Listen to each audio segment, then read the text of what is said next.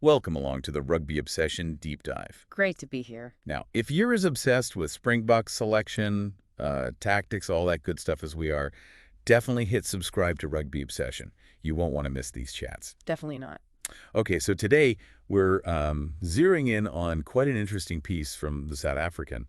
It's about the latest Springbok alignment camp squad. Right. And specifically the pretty surprising absence of the Stormers' loose forward, Evan Roos.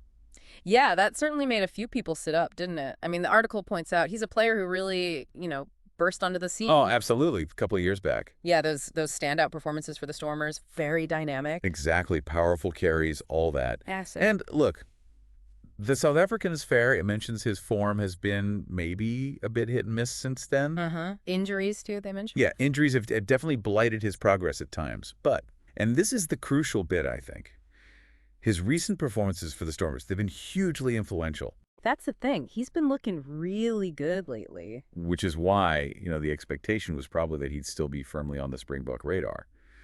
So his omission, it's noteworthy. It really is. It speaks volumes about the competition, doesn't it? The standard required. It does. Now, what's really interesting here is the comment from the Stormers forwards coach, RITO HLUNGWANI. Yes, I saw that. He spoke about Roos's omission, and he talked about a clear message being sent to Evan. Okay, so not just dropped without reason then. Apparently not. It sounds less like a door-closed situation and more like a challenge. What kind of challenge? Well, HLUNGWANI's quoted basically saying the message is, work harder, keep looking for improvement. Pretty direct. Straight to the point. Yeah.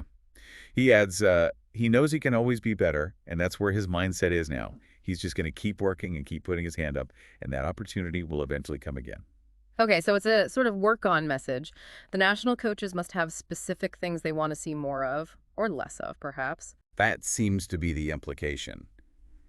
And, that leads perfectly into what we and the article want to ask you listening. Ah, the big question. Exactly. The article puts it right out there. What do you think could be the reason for this Springbok omission? Yeah, it's a great question for debate, isn't it? Because he has been playing well. He really has.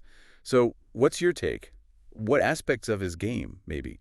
Or is it about the current Bokke game plan, how he fits or doesn't fit? Tactical reasons, maybe? Or perhaps consistency over a longer period? Could be. We're really keen for you to weigh in. This South African actually suggests leaving a comment or sending a WhatsApp. Oh, yeah. Got the number. Yep. It's 060000201. Seriously, send your thoughts through. We'd love to hear your analysis, maybe chat about it more. Definitely, because it fits into that bigger picture. The article touches on Rassie Erasmus and how he's clearly casting his selection net far and wide. Yeah, that's a key point. It just shows, doesn't it? No one's place is guaranteed. You can't just sort of rely on past form. Absolutely not. The competition is just fierce. You have to keep proving yourself week in, week out.